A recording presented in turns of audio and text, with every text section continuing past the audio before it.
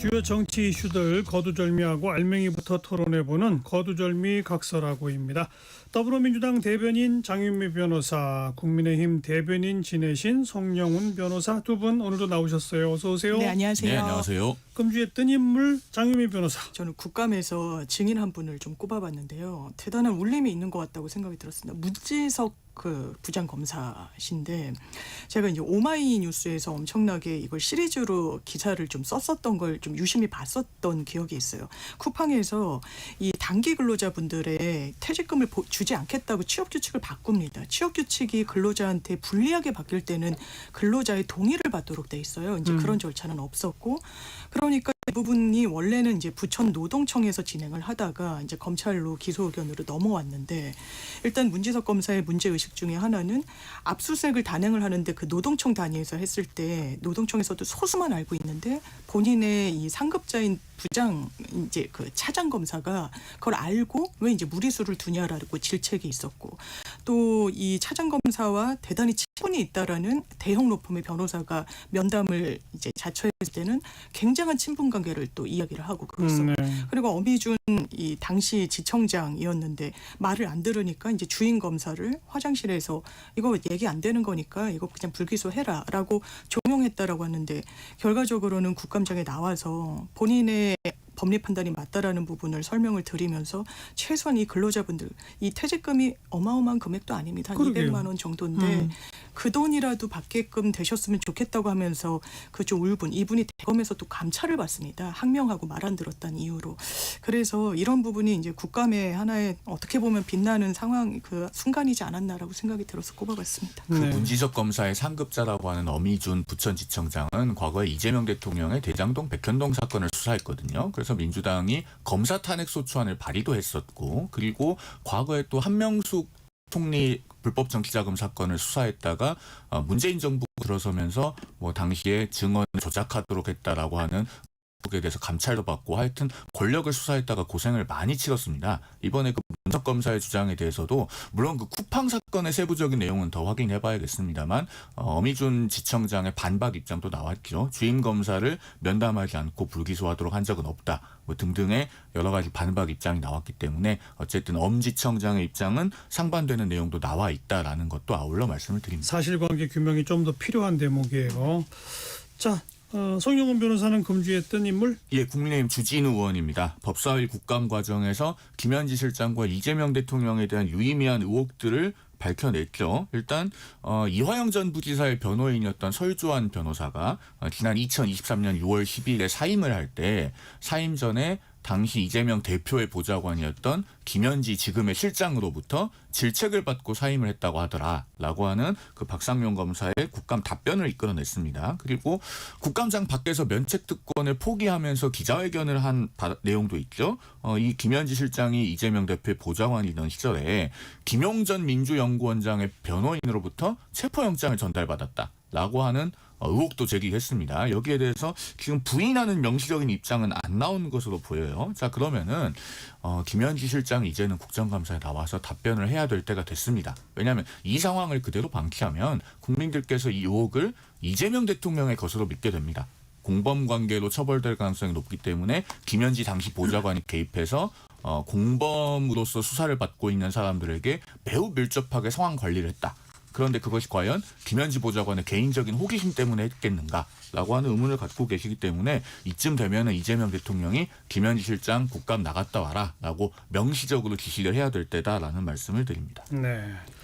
김현지 실장 얘기는 좀 이따 좀 더 자세히 하도록 하고요. 금주의 진인물 장윤미 변호사. 저는 예전에 국회 출입하고 이제 당 안팎에서 이제 보면서 이런 장면은 진짜 처음 봤다라고 하는 게 국민의힘 박정훈 의원의 발언이었습니다.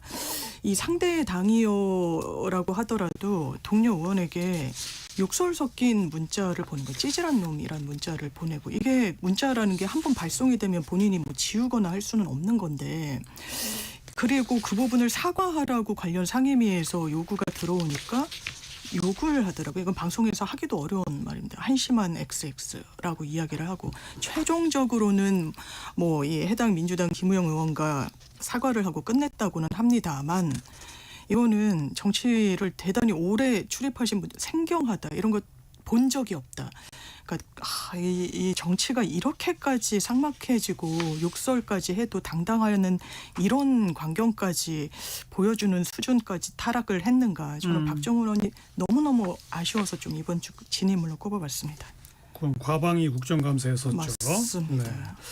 그럼 이제 진인물 송영훈 변호사. 예, 박정훈 의원 말씀을 하시니 제가 김호영 의원을 진인물로 꼽고 싶은 유혹이 순간적으로 듭니다만 그래도 준비해온 대로 하겠습니다. 이번 주 진인물 김윤덕 국토부 장관입니다. 10.15 부동산 대책에 대해서 이번 주에 가장 핫한 이슈로 지금 국민들께서 받아들이고 계시지 않습니까? 그런데 이 부동산 대책이 소기의 목표를 달성하기보다는 오히려 정반대로 작용할 가능성이 대단히 높아 보여요. 결국에는 주거의 이동성이 이제 대단히 제한됐기 때문에 집을 팔고 옮겨 타기가 어려워졌죠. 그러면 매매 시장에서 기존 주택을 갖고 있던 사람들이 파는 매물도 잘 안 나옵니다. 그런데 지난 6.27 부동산 대책 때 6억으로 대출 규제를 일률적으로 제한했었잖아요. 그러다가 석 달 반 만에 다시 6억 4억 2억으로 더 줄였습니다. 이걸 지금 시장에서 경험을 했기 때문에 소수의 매물이라도 나오면은 구입 여력이 있는 사람들은 적극적으로 그 집을 사게 됩니다. 그렇게 하면은 작은 양의 거래가 이루어지면서 가격은 올라가는 현상이 발생할 거예요. 그리고 전세를 끼고 집을 사는 이른바 갭 투자라고 하는 것은 전세 시장에서는 동시에는 공급의 역할도 합니다. 그게 줄어들면은 전세 가격도 앞으로 올라가게 됩니다. 부동산 가격이 안정되기보다는 역효과가 날 가능성이 높은데 이런 부동산 정책을 지금 김윤덕 장관이 계속 내고 있습니다. 금주에 진인물로 꼽지 않을 도리가 없고 이 부분에 대해서는 뒤에서 좀 더 자세하게 말씀드릴 기회가 있기를 바랍니다. 뭐 조금 아까도 우리 권혁중 경제평론가랑 부동산 대책 잠깐 좀 정리를 해봤고 말미에 이 대책의 효과에 대해서 서로 엇갈리는 평이 나온다라고 저도 이제 얘기했고 사실 근데 두 분 변호사님이나 저나 부동산 관련된 전문가라고 말하기는 어렵겠습니다만 어쨌든 송영훈 변호사가 이번 대책은 소수 거래지만 가격을 오히려 올릴 것이다 이런 어떤 전망을 내셨는데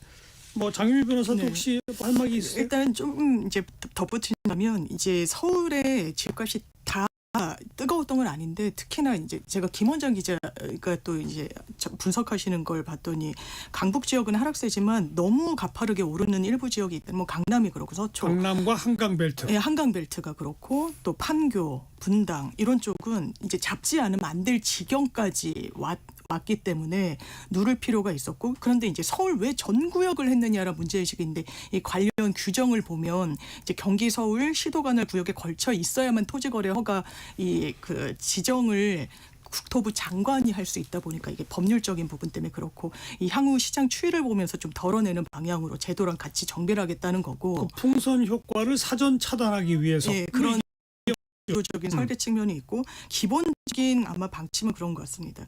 일단 부동산을 너무너무나 이제 투자의 안정 수단으로 아주 깊숙이 인식하고 있다 보니까 이제 부동산 시장에 자금이 많이 쏠림 현상을 재편해야 되는 부분이 있다. 이게 제도 설계를 해야 되고 그리고 이게 뭐 여야 보수 이걸 다 떠나서 언젠가는 우리 부동산 시장이 진짜 일본처럼 되는 거 아니냐라는 우려는 다 안고 있는 거예요. 이재명 대통령도 그런 맞습니다. 언급을 구체적으로 했어요. 그러면 이제 완충지대를 좀 만들 필요도 있고 그러니까 실수요자 중심으로 재편을 하되 이런 여러 자금이 주식시장으로도 흘러가도록 그리고 그 정책 기조를 여러 차례 강조를 하다 보니까 실제로 코스피 지수는 정말 연일 상한가를 치고 있는 부분이 같이 연동해서 나오는 부분이 있고 또 하나의 문제의식은 이게 너무 강한 거 아니냐라고 하는데 문재인 정부 부동산 대책에 대해서 보수 진영에서 엄청 비판 많이 하시잖아요. 내부에서도 이제 민주당 내에서도 문제 이제 의식을 갖고 있는데 여러 차례 조금 했을 때 이게 시장에 큰 방향이 없었고 찔끔찔끔으로는 안 된다. 예, 한 번에 정말 실효적인 대책을 하자 이 이제 그 고민이 녹아 있는 것 같습니다. 아니 근데 그렇게 할 거면은요 아예 6억 4억 2억이 아니고 주택담보대출은 우리나라에서 전면 금지시키는 게 어떻습니까?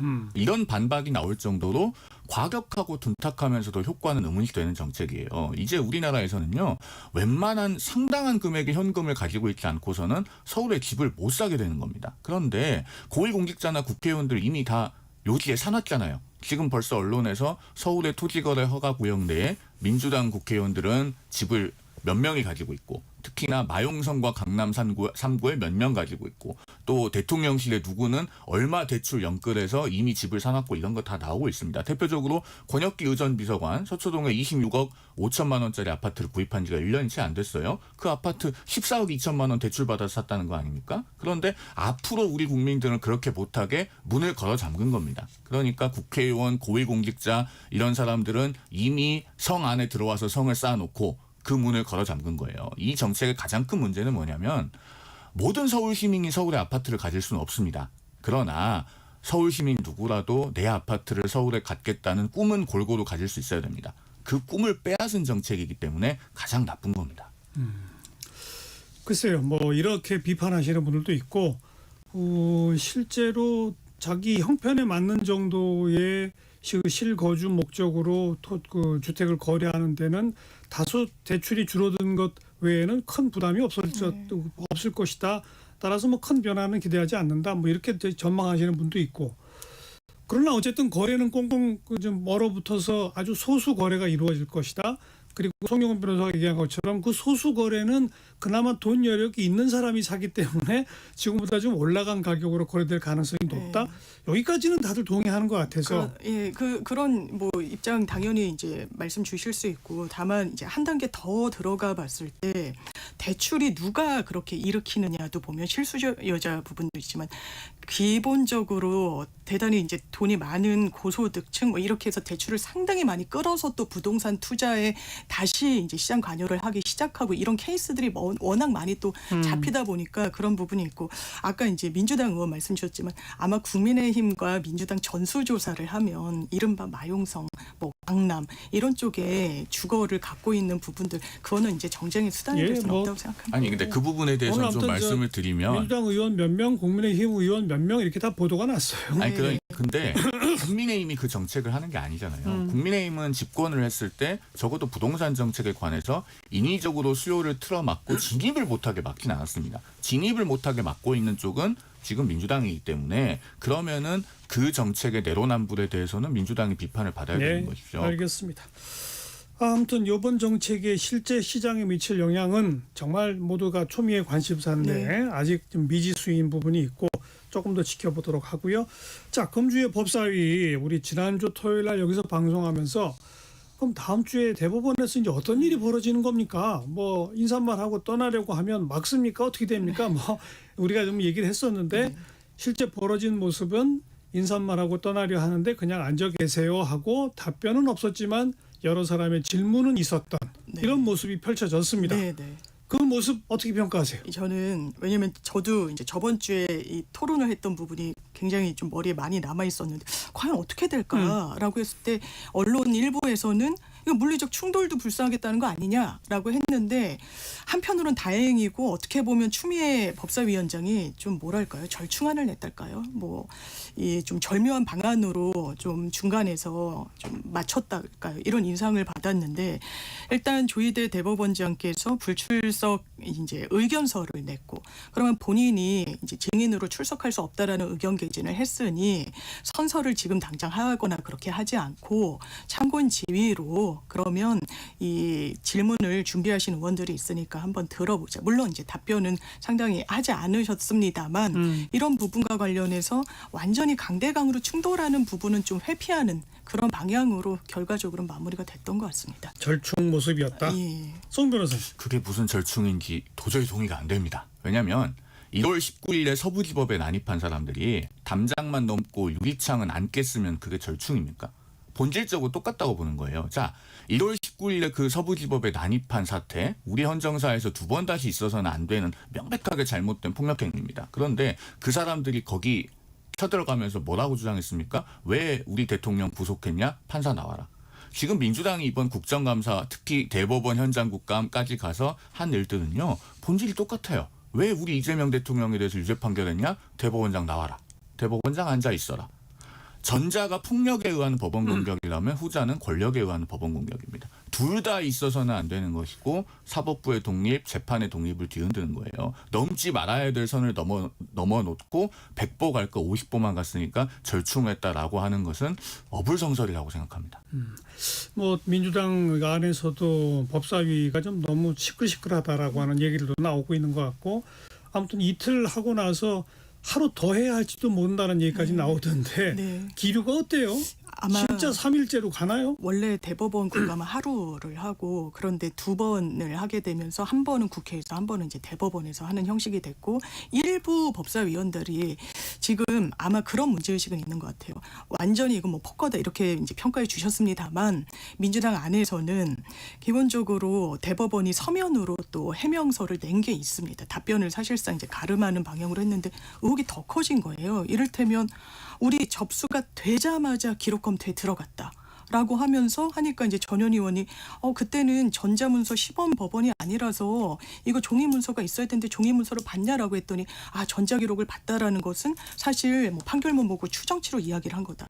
그리고 첫날부터 봤다라고 얘기를 합니다만 그때 검찰의 상고이유서도 올라오기 전이에요. 그리고 전원합의체의 배당도 이루어지기 전인데 전원합의체 회부될지도 모르는 사건을 첫날부터 들여다봤다란 말을 있는 글을 듣기 어려운 부분도 있고 그러니까 더 들여다볼 여지가 있지 않냐라는 문제의식이 있는 건데 세 번째까지 하는 부분은 일각에서는 그럼 너무 사법부에 대해서 집중하는 거 아니냐라는 또 이 평가도 내놓으실 수 있기 때문에 이게 가시화되고 있는 것 같지는 않습니다. 아니에요. 네. 그냥 일부 의견이 나올 뿐이다. 지금까지는 그런 것 같습니다. 네. 그 전현 의원의 주장에 대해서 제가 잠깐만 말씀을 드리면 민주당의 꼴대 옮기기가 너무 심한 것 같습니다. 왜냐하면 그동안에는 민주당 의원들이 대법원 국정감사를 벼르면서 뭐라고 말했습니까? 로그 기록 보자고 했잖아요. 그 얘기인즉슨 전자기록을 보는 것이 유효하고 언제부터 받느냐가 중요하다라는 것을 전제로 이야기한 것 아니겠습니까? 그런데 사실 그 부분도 법원조직법 65조에 따라서 대법원이 내놓을 수가 없는 겁니다. 심판 과정의 일부거든요. 합의 과정의 일부이기 때문에 공개할 수 없는 거예요. 그래서 공개를 하지 않아서 보질 못하니까 이제는 덮어 씌웁니다. 아예 그걸 봤다고 한들 뭐 형사 전자소송 시범 법원이 아니기 때문에 무효다라고 하는데요. 아니 서면을 원본으로 보면은 유효하고 사본으로 봤으면 판결이 무효입니까? 우리나라 지금 민사소송이나 행정소송에서는 전자소송을 매우 일반적으로 합니다. 그러면은 전자에 올린 전자문서가 원본이에요. 그런데 연세가 좀 있는 법관들 중에서는 지금도 화면으로 보는 게 불편해서 종이로 출력해서 보시는 분들이 있습니다. 그럼 그게 사본이거든요. 사본으로 보면은 무효인가요? 도대체 납득할 수가 없는 논리여서 저는 전현 의원이 뭐 개인의 정치적 목표가 있는 것은 알겠는데 그래도 변호사 출신인데 이렇게까지 무리하게 티끌 하나라도 빌미를 잡아서 이재명 대통령에 대한 판결 자체를 뒤집어 보겠다고 시도를 하는 것은 한참 나가도 너무 나갔다고 생각합니다. 이쯤 되면 이제 법원 내부에서 이재명 대통령에 대한 공판기를 지정해야 되는 것 아니냐라고 하는 목소리가 나올 겁니다. 그 조국 혁신당은 그 대법원장에 대한 탄핵 네. 소추안을 공개했어요. 그렇더라고요. 민주당은 근데 탄핵에는 찬성 안 하는 분위기죠. 예, 맞습니다. 왜냐하면 그러니까 조국 혁신당은 지금 뭐 세빙선 역할을 하겠다라고 해서 이 민주당보다 조금 더 왼쪽에서 뭐 견인하는 역할 내지 그 목소리를 좀 담겠다라는 의지가 강한 이제 정치적 행보 성격이 분명히 있어 보이고 거기에 이제 여러 사유를 썼는데 뭐 공감되는 부분이 있습니다만 민주당의 문제의식은 탄핵은 만약에 목표치했던 이게 현직 대법원장이란 말이에요. 정말 헌법과 법률 위반의 어떤 명징한 부분인데 그게 헌재 과정에서 가시화될 것인가. 기본적으로 특검에 이 고발이 들어가긴 했습니다만 특검에서도 부정적인 이거 당장 우리가 수사할 거는 아니다라고 선을 긋고 있고 그리고 종전에 했던 검사 탄핵 때도 이 헌재도 이 검사 진짜 이상한데 그럼 검찰에 기록 좀 줘봐라. 수사 중이어도 우리가 이게 형사 법률 위반이란 건 이제 형사 절차의 가부를 좀 보는 거니까. 근데 전혀 협조가 안 됐으니까 이 실체적 판단에 아예 접근이 좀 어려운 부분이 있었습니다. 그 과정 중에. 그런 상황 속에서 어떻게 보면 관철되기 어려운 목표치로 정치적인 또 역풍을 자초하는 측면이 있어서 여기에 대해서는 부정적인 기류로 논평들. 조국 혁신당도 이 탄핵이 실제 성사들이라고 생각하고 낸 건 아니겠죠. 여권 내부에서요 다단계 하청 정치가 만연해 있습니다. 특히 사법부 공백과 관련해서. 왜냐하면요 조희대 대법원장이 혹시라도 헌법과 법률이 보장한 임기를 채우지 못하고 일찍 물러나면 새 대법원장 임명권을 빨리 갖게 되는 사람 누굽니까? 이재명 대통령입니다. 그리고 자신에 대한 재판을 절대 재개하지 않을 만한 판사를 일선 재판부에 보낼 대법원장을 임명하면 역시 가장 큰 이익을 보는 사람도 이재명 대통령이에요. 그런데 이재명 대통령은 겉으로는 가만히 있으면서 품위를 유지하고 있고 그러면서 민주당 법사위 위원들이 공격을 주도하는 모양새를 띠고 네. 그 안에서도 조국혁신당 박은정 의원 같은 분 그러니까 당이 민주당에 빨리 흡수가 되면은 정치적인 이익이 있다고 평가할 수 있는 분들이 공격을 주도해요. 심지어 조요토미 히데요시 같은 낯뜨거운 공격은 민주당에 들어가고 싶어 한다고 평가를 받고 있는 무소속 최혁진 의원 같은 사람이 마치 행동대장처럼 주도를 합니다. 이런 게 지금 여권의 다단계 하청 정치에 의한 대법원장 린치가 아니면 무엇이겠는가 하는 말씀을 이 드립니다. 조요토미 히데요시 팻말은 참 제가 봐도 부적절하더라고요. 뭐 굳이 그렇게까지 하나 싶은 생각이 들고 다만 아무튼 이제 문제의 핵심은 대법원이 정말 이례적으로 이재명 대통령 선거법 위반 2심에서 무죄 난 거를 유죄 취지 파기 환송한 게 지극히 이례적이다. 정치적 오해 소지가 큰 송영은 변호사도 부인하기 어려운 거 아닙니까? 그런데요. 이례적이고 정치적 오해 소지가 있다까지는 30초만 말씀드릴게요. 이재명 대통령이 이번 주 화요일 국무회의에서요. 국정감사에서 의원들에게 진실을 말해야 할 사람이 대놓고 뻔뻔하게 거짓말을 한다든지 하는 일은 절대 허용하면 안 된다라고 했거든요. 대법원 전원합의체는요. 이재명 대통령의 철학과 일치하는 판결을 했습니다. 왜 이 고초를 겪고 있는지 저는 사실 잘 이해가 가지 아니 않습니다. 곧 이야기 전에 조금 아까 내가 물어본 매우 이례적인 판결이었다. 정치적 오해 소지가 있다까지는 부인할 수 없잖아요. 사법자원을 총동원해서 1심이 장기간 지연된 것을 바로잡아야 되는 상황이었습니다. 왜냐하면은 그러니까 정당했다. 지지난 대선에서의 허위사실 공표 여부가 지난 대선 목전에 오기까지 결론이 나지 않아서 불확실한 상황이었기 때문에 우리 국민들이 알고 판단하실 수 있도록 사법자원을 총동원해서 우선적으로 처리해야 될 필요성과 상당성이 저는 있었다고 봅니다. 그러니까 그런 필요성과 상당성은 있었다. 네. 그러나 매우 이례적인 건 사실이죠. 그 이례적인 것이 1심에서요. 이 허위사실 공표 간단한 사건이 6개월 안에 끝났어야 될 것이 799일이나 걸린 데서부터 그 뿌리가 발생한 것입니다.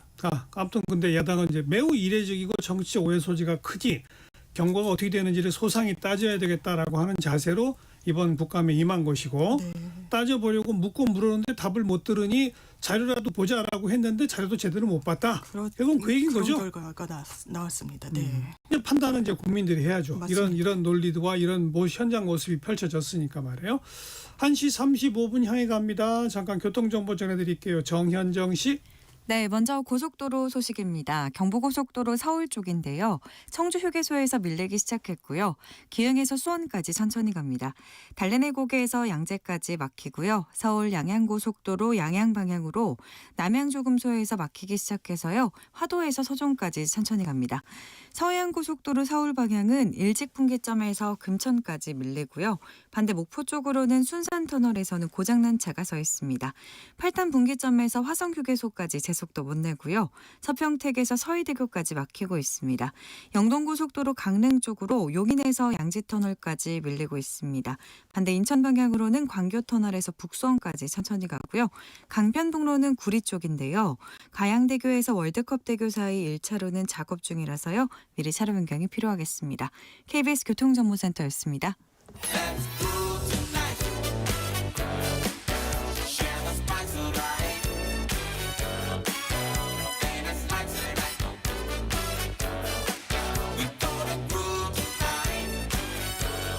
국민 MC 정관용. KBS 1라디오 정관용의 시사본부. 들어보면 달라요.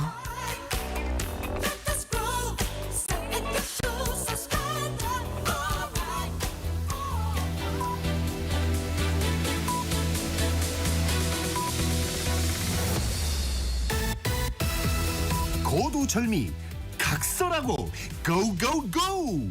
갈 때까지 가보자. 정관용의 시사본부.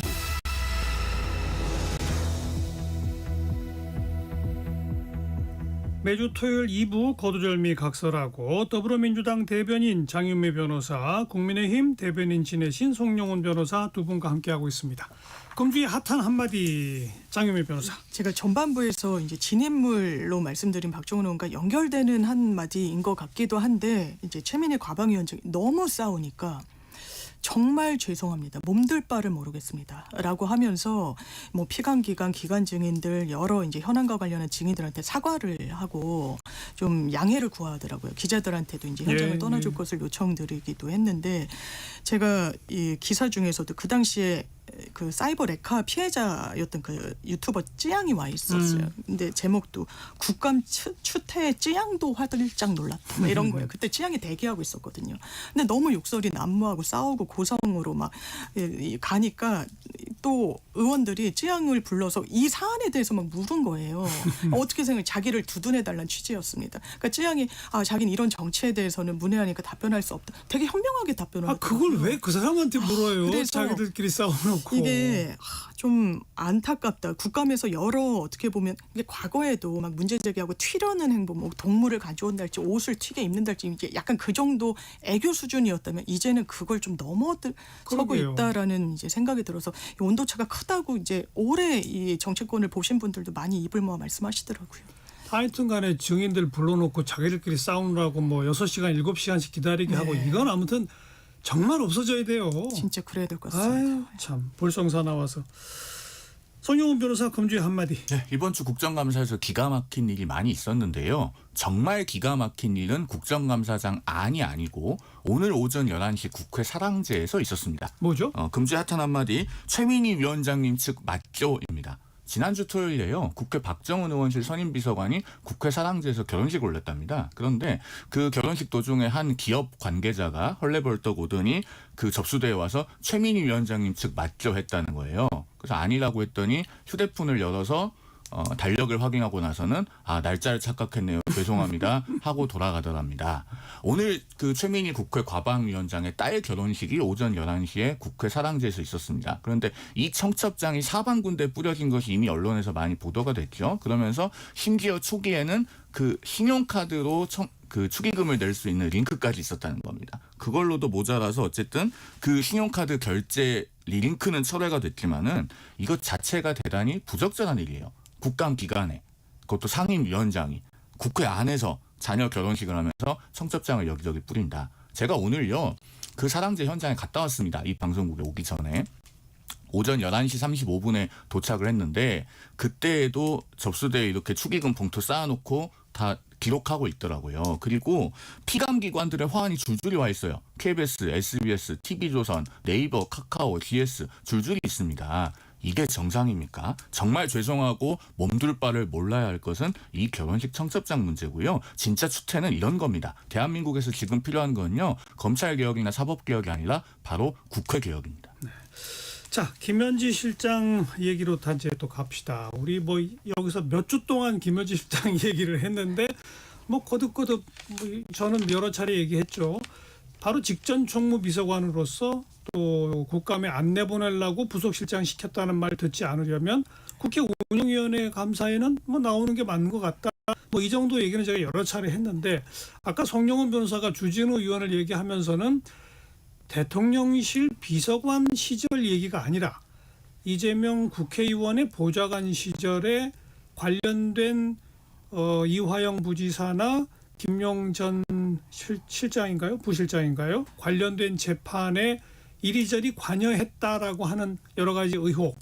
그리고 이건 의혹이라기보다는 실제 뭐 물증들이 좀 드러나 있는 것 같은데, 그러니까 이재명 당시 의원의 보좌관으로서 이재명 관련자들의 재판 과정을 좀 총괄 관리한 것으로 보여지는 그러한 어떤 의혹들이 지금 있는 거 아니겠습니까? 근데 그게 이번 국정감사의 대상이 되는 게 맞느냐 아니냐? 요건 좀 논의를 해봐야 될 것 같아요. 그러니까요. 이게 질책을 받았다는 변호사가 언론이랑 인터뷰를 했더라고요. 자기 질책으로 생각하지 않았고 신뢰관계가 깨져서 사의를 다 이제 마음속으로 했던 차에 김현지 그 당시 보좌관입니다. 이제 본인이 모시는 의원에 관련된 사건이니까 전화하는 것 자체가 불법이거나 부적절하다고 저는 생각하지 않고 그런 부분과 관련해서 당사자가 질책이라고 생각하지 않고 난 어차피 뭐 전화 받은 사실은 있지만 그만두려고 했다라고 해명을 했는데 이게 국정감사에까지 부를 것인가. 저는 이제 국민의힘 원내 대표께서 이렇게 이야기하시더라고요. 거의 뭐 김현지만 나오면 거의 민주당이 뭐 경기 들린 것처럼 한다라고 하는데 똑같은 느낌이에요. 국민의힘이 김현지 세 글자만 보면 경기 들린 것 같은 거예요. 그리고 사실 내심으로는 안 나오길 바라나? 그래서 6군데에서 부르겠다라고 하나? 처음에는 과방위에서 예능에 왜 이재명 대통령이 출연했는지도 우린 김현지한테 물어야 된다. 기재위에서는 대장동 집 당신 어떻게 가졌는지 그 경위를 우리가 국감에서 물어야 되겠다. 백현동 사건 국토위에서 물어야 되니까 나와라. 라고까지 이야기를 하고 있어요. 심지어는 무슨 산림청장과 관련해서 지금 신임 산림청장이 당신 대학교 은사 아니냐. 국민의힘에서 제기했는데 가짜뉴스였어요. 아니었거든요. 그 대학을 안 나왔거든요. 그러니까 그래도 인사 개입에 관여한 거 아닌지 따져봐야 되니까 농해수위에서 부르자. 나올 수 있겠습니까? 국회 운영위로만 한정을 하면요.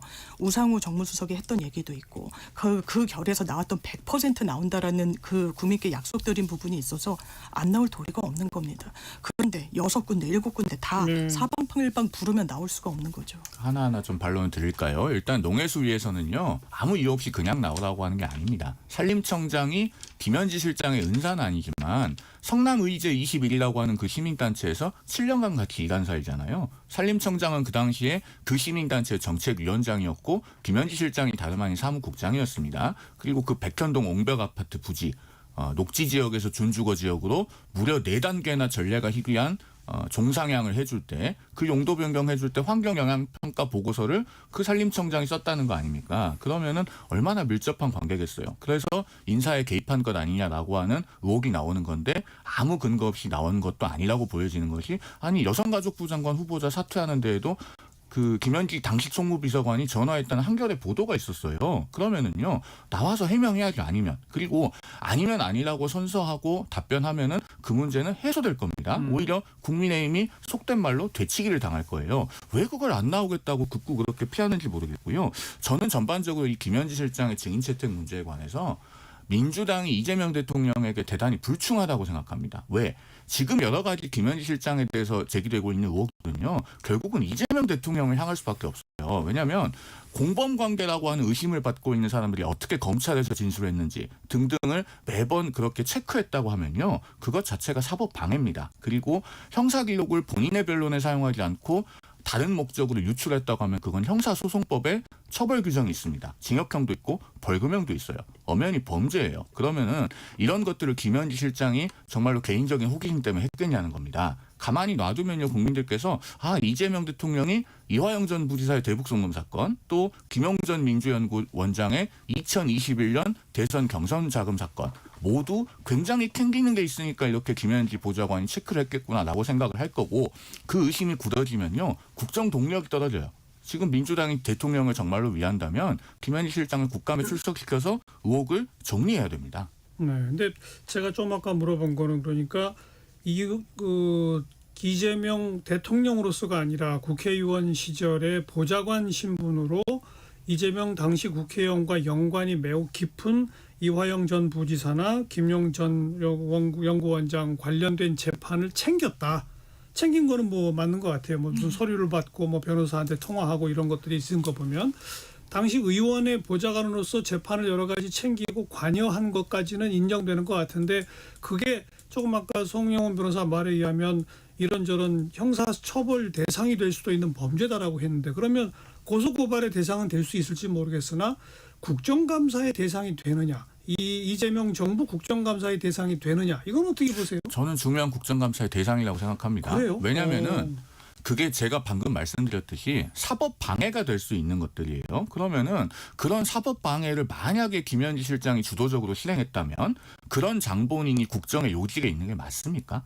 더더군다나 국정감사에 나가서 선서하고 답변하지 않도록 원래 관례적으로 1992년 이래 매년 국정감사에 출석해왔던 총무비서관의 자리에서 매우 부자연스럽게 보직 이동을 시켜가면서까지 국정감사에 여태까지 관례적으로 안 나왔던 제1부속실장 자리로 옮기는 건 올바른 국정 운영입니까? 국정감사는 그런 국정 전반에 대해서 그나마 1년의 특정한 시기에 정해놓고 국회가 물어볼 수 있는 자리 아니겠습니까? 그러니까 대통령실 직원 신분 이전에 했었던 사법 관여 행위도 공직자의 적절성을 따지기 위해서 국정감사 대상이 될 수 있다 이렇게 보신다. 그렇죠.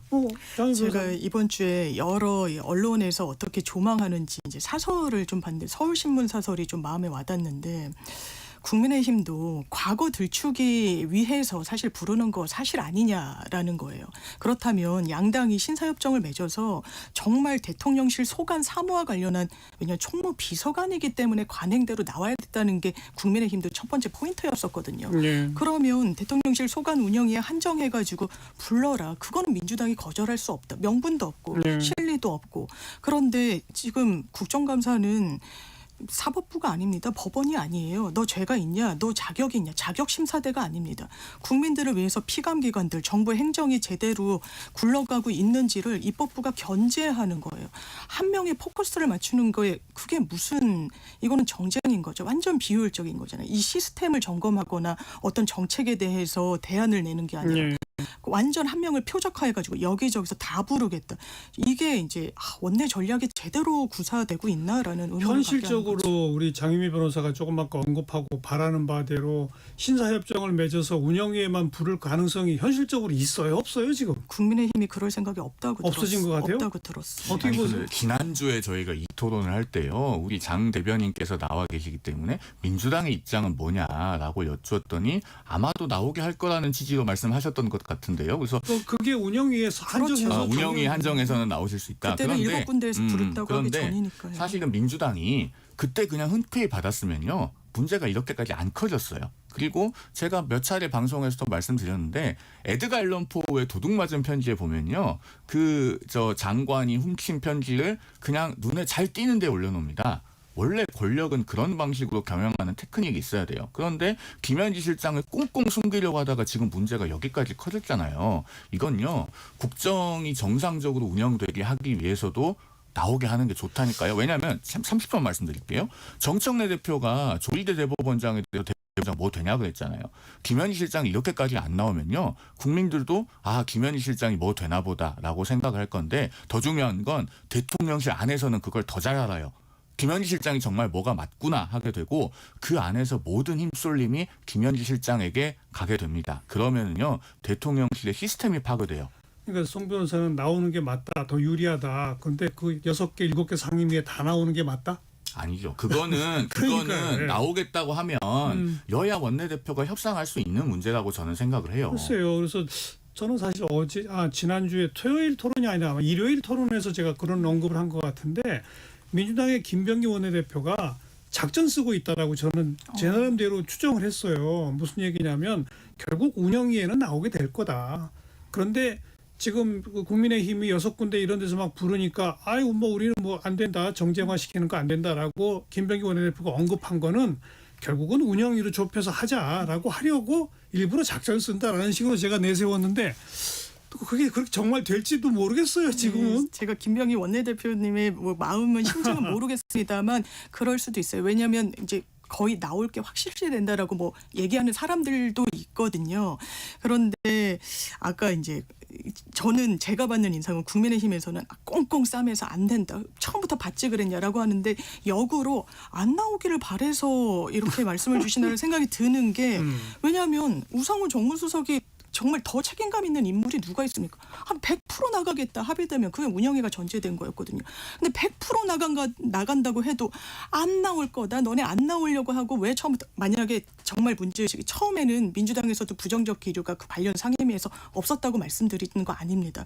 그런데 교통정리가 한번 중간에 됐어요. 근데 그 이후에 100% 나온다고 하니까 6군데로 확대를 해가지고 부르고 진짜 안 나오길 바라나? 이런 인상을 받는 거죠. 제가 딱 한마디만 잠깐만요. 할게요. 예. 국감 일정상으로 보면 제 기억에는 운영위원회의 대통령실 감사가 거의 막바지 예, 아닌가요? 막바지로 맞죠? 알고 있습니다. 막바지에 있는 건 예. 맞습니다. 맞아요. 맞고 제가 짧게 한마디만 드리면 이건 우리 시청자들께 굉장히 뼈아픈 반성을 담아서 말씀드리는 거기도 한데요.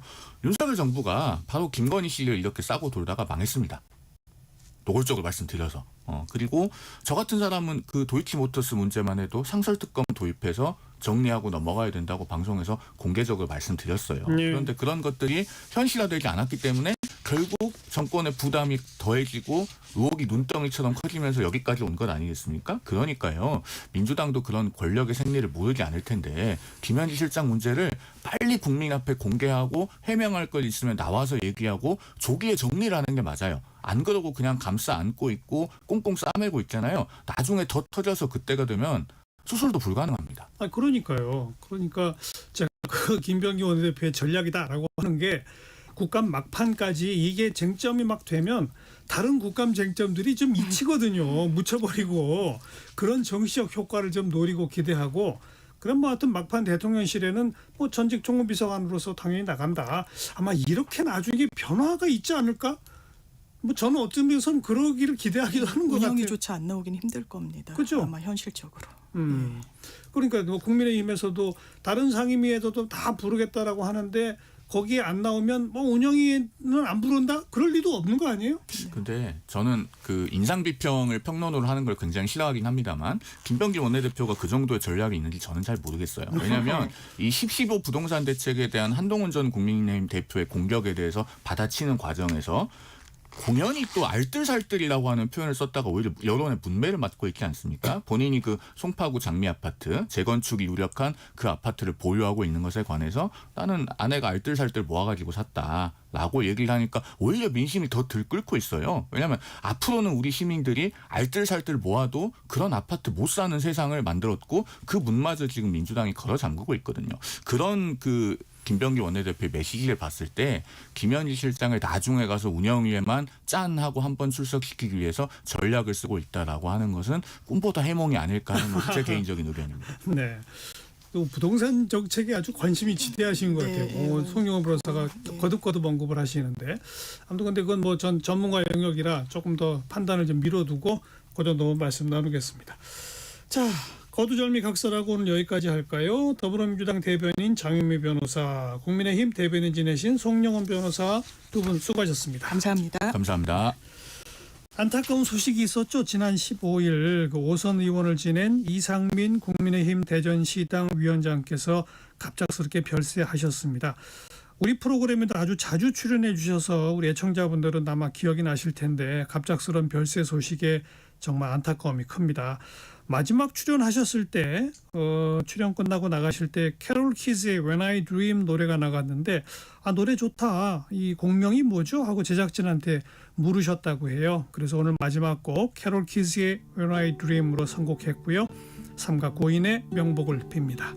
내일 뵙겠습니다. 안녕히 계세요.